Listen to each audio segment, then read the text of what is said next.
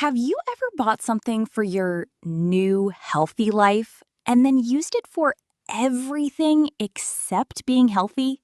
Oh, absolutely. Last month, I bought one of those huge water bottles with time marks on the side. You know, the kind that says things like, keep going and you got this. Yes, the emotional support bottle. Exactly. I carried it around all day like I was training for the Olympics. Did I drink enough water? No. But I did use it as a paperweight, a doorstop, and at one point, a small dumbbell while waiting for pasta to boil. That is so real. We all do this. We buy the bottle, the planner, the yoga mat, the expensive tea, the vitamins, and somehow still end up eating crackers at midnight while watching videos about people building tiny houses in the woods. First of all, those videos are very peaceful.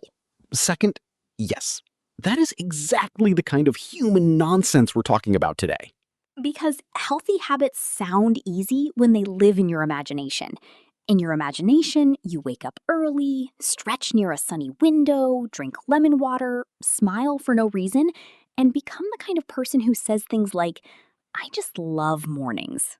Meanwhile, in real life, your alarm goes off, your soul leaves your body for 3 seconds, and you start negotiating with the ceiling. So, today we're having a real conversation about healthy habits that actually change your life. Not fantasy habits, not perfect habits, real ones. The kind that work when you are busy, tired, stressed, distracted, and still somehow checking your phone while looking for your phone. And if you've ever said, I know what I should do, I just don't do it, then congratulations, you are extremely human, and this episode is for you. Hey everyone, welcome back. I'm Emma. And I'm Noah. We're really glad you're here with us today. Whether you're listening on a walk, cleaning your kitchen, driving home, or pretending to work while actually daydreaming, thank you for spending this time with us. We mean that. Life moves fast and attention is valuable. So if you're here, truly thank you. And today's topic matters because habits are not just little things. They quietly shape your days, and your days become your life. Have you ever bought something for your new healthy life and then used it for everything except being healthy? Oh, absolutely. Last month, I bought one of those huge water bottles with time marks on the side. You know, the kind that says things like, keep going and you got this. Yes, the emotional support bottle. Exactly. I carried it around all day like I was training for the Olympics. Did I drink enough water? No. But I did use it as a paperweight, a doorstop, and at one point, a small dumbbell while waiting for pasta to boil. That is so real. We all do this. We buy the bottle, the planner, the yoga mat, the expensive tea, the vitamins, and somehow still end up eating crackers at midnight while watching videos about people building tiny houses in the woods. That's the part people forget. Big life changes often do not begin with a huge speech or some dramatic Monday morning promise. A lot of the time, they begin with something tiny. Going to bed 20 minutes earlier, taking a short walk after dinner, putting your phone in another room, drinking water before coffee. Very unglamorous, very powerful. So let's start with one uncomfortable truth. Most people do not need more advice. They already know the basics. Yes, nobody is shocked to hear that sleep matters. Nobody hears vegetables are good for you and falls out of a chair. Right. The hard part is not understanding. The hard part is following through when real life shows up wearing sweatpants and a bad attitude. Because real life is not a motivational video. Real life is a long day, a messy kitchen, an email you didn't want, 2 hours of bad mood, and then your brain saying, you know what would fix this? Absolutely not the healthy choice. Exactly. So if you've been blaming yourself because you know better, maybe pause for a second. Knowing and doing are not the same skill. That's such an important point. Because a lot of people think they have a discipline problem when really they have a life problem. They are overloaded. They are tired. Their routine does not support them. Their environment makes bad choices easy. Their emotions are running the show. And maybe here's a good question for anyone listening. What is one habit you keep saying you want, but keep avoiding? Ooh, that one lands. Mine for a long time was sleep. I treated bedtime like a suggestion. I'd say, I should sleep earlier. And then somehow it would be 12:38 a.m. and I'd be reading reviews of lamps I was never going to buy. Lamp reviews? Don't judge me. At midnight, every lamp looks like a life-changing decision. Fair enough. Mine used to be movement, not intense exercise, just basic movement. I'd sit all day, feel stiff and low energy, and then keep waiting for the perfect mood to go for a walk, which, of course, never came. And that leads to the first big idea. Good habits work better when they connect to identity, not just effort. Yes, if a habit feels like a temporary challenge, it usually disappears when life gets hard. But when it starts to feel like part of who you are, it becomes stronger. Like, instead of saying, I'm trying to be healthier this month, you start saying, I'm someone who takes care of my energy. That sounds different. It does. One sounds like a short experiment, the other sounds personal, stable, real. And no, that does not mean you become a perfect person overnight. It means your choices start coming from a deeper place. Not just guilt, not just panic, not just, I need to fix myself by next Tuesday. I think that's where a lot of people get stuck. They start habits from frustration. They feel disappointed in themselves, so they create this strict new life plan. But anger is not a great long-term coach. It's loud, though. Very loud, very dramatic, very excited for 48 hours. And then by Wednesday, the plan collapses, and you feel worse than before. Exactly. But if a habit comes from respect instead of self-criticism, it feels different. Softer, steadier, more honest.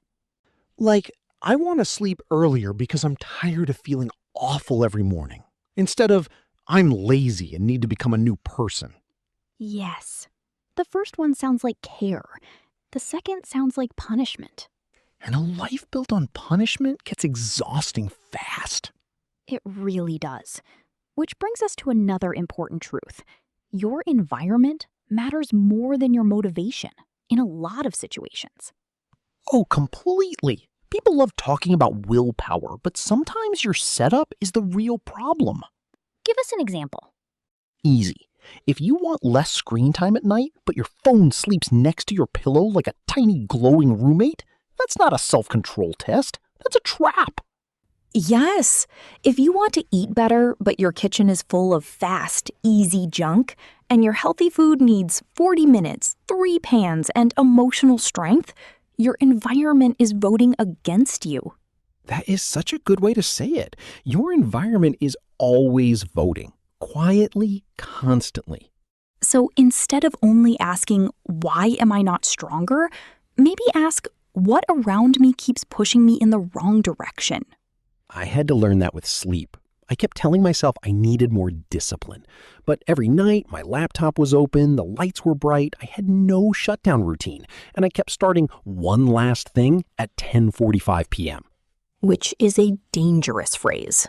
Very dangerous. One last thing has ruined many nights. So what changed? Honestly, I made my evenings simpler. I stopped charging my phone near my bed. I set a rough time to close my laptop. I dimmed the lights. I made tea. Not fancy tea, just the day's ending tea. And suddenly sleeping earlier felt less like a battle. That matters so much. Sometimes the answer is not more pressure, it's less friction. Yes, if you make the healthy choice easier, you do not need to become a superhero. You just need a better system. And that brings us to something deeper. A lot of bad habits are not really about pleasure, they are about comfort. Absolutely.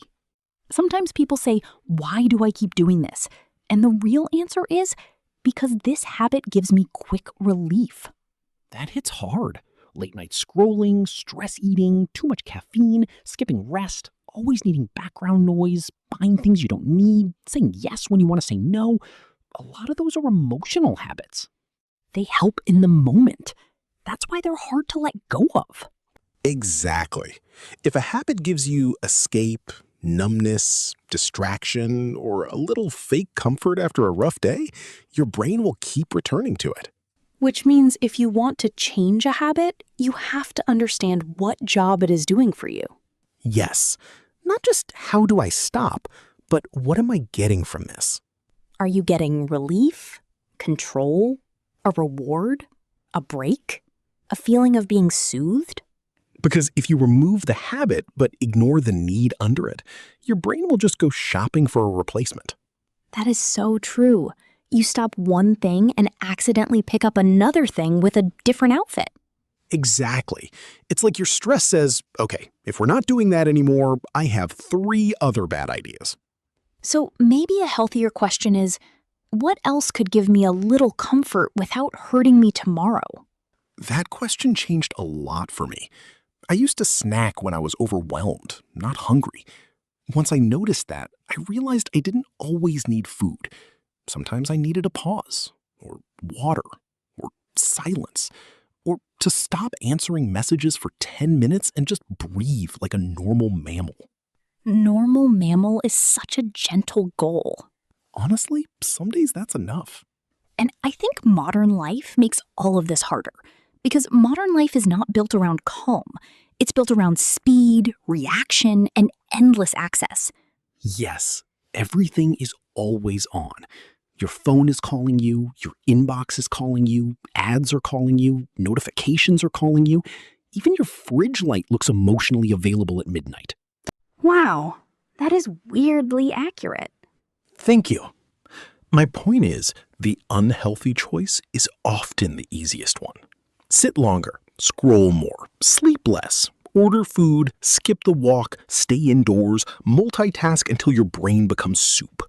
Which is why I think healthy habits have to be realistic. Not impressive, realistic. I love that word, because people often build routines for their fantasy life, not their actual life. Yes, they create schedules for the version of themselves who has perfect energy, no stress, a spotless apartment, and somehow enjoys preparing colorful breakfast bowls every morning. That person is fictional. I respect them, but I have never met them. Same. Real habits need to fit your actual schedule, your actual mood patterns, your actual responsibilities. For example, if you hate mornings, maybe your healthy change does not need to begin at 5:30 a.m. Maybe it begins at 8:10 p.m. when you put your charger across the room and set out clothes for tomorrow. Exactly.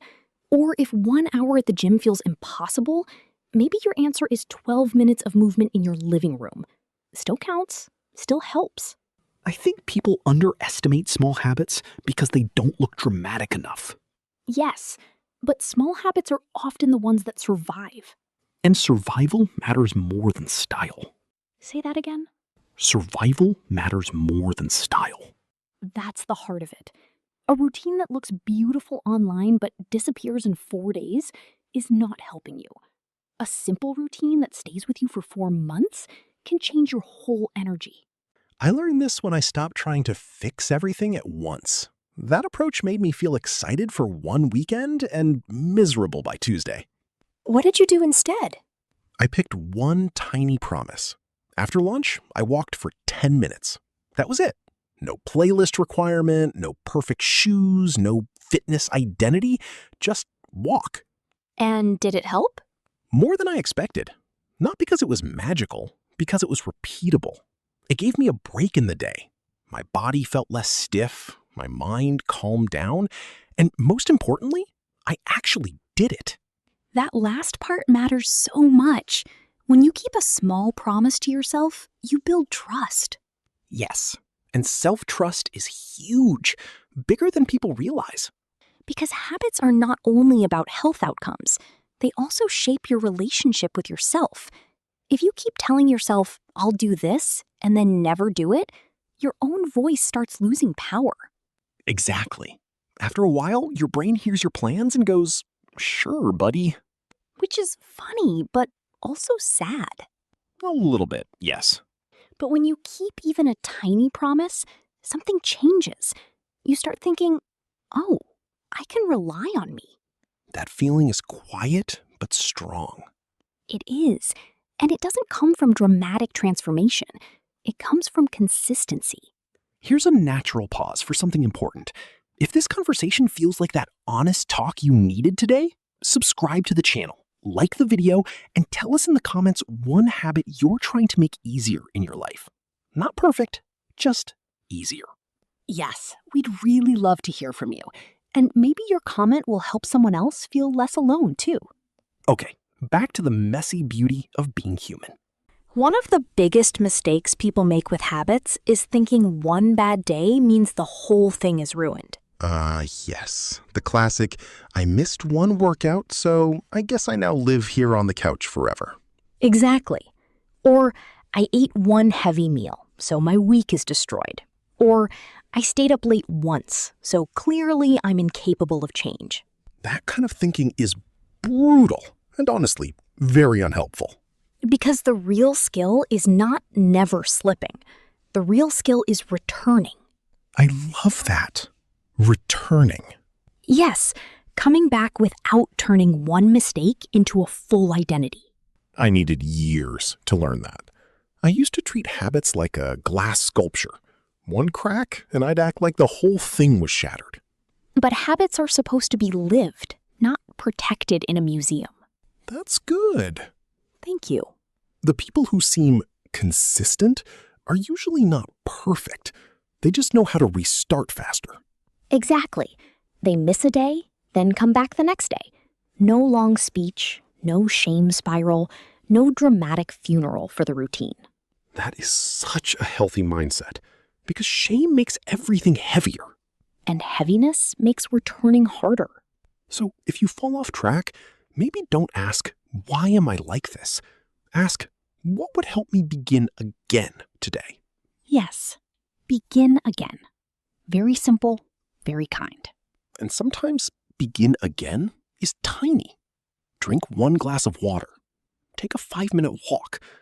Turn off one app. Go to bed 20 minutes earlier. Stretch while the microwave is running. That last one is so real. I am a practical philosopher. Sure you are. Thank you. Another deep truth here is that healthy habits should support your life, not become another way to judge yourself. That one matters so much because people can turn even wellness into pressure. Absolutely. They start tracking everything, comparing everything, correcting everything, and before they know it, their healthy journey feels like a full-time job with a mean manager. And unfortunately, the manager is them. Right. Which is why I think the best habits often feel grounding, not controlling. Can you say more about that? Sure. A grounding habit helps you come back to yourself. It gives you steadiness. It might be a morning walk, making your bed, eating breakfast, taking a few deep breaths before work, writing down your thoughts, cleaning one small space, or stepping outside for sunlight. So the point is not performance. The point is support? Yes. The habit says, I'm here for you, not you better improve. Wow, that is a very different energy. It is. And I think that energy changes everything. Because when you feel cared for, you are more likely to keep going. When you feel attacked, you usually either rebel or shut down. That explains so much, honestly. And there's another emotional layer here. Some people resist healthy habits because they think health has to be hard to count. Yes. Like if it's not intense, painful, or dramatic, maybe it's not real enough. Exactly. But a lot of real growth is quiet. Drinking water is not dramatic. Sleeping enough is not dramatic. Saying no to one extra commitment is not dramatic. But those choices can protect your peace in a huge way.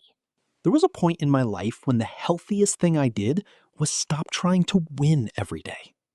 I know that sounds strange, but I was always trying to be more efficient, more productive, more impressive. And what happened?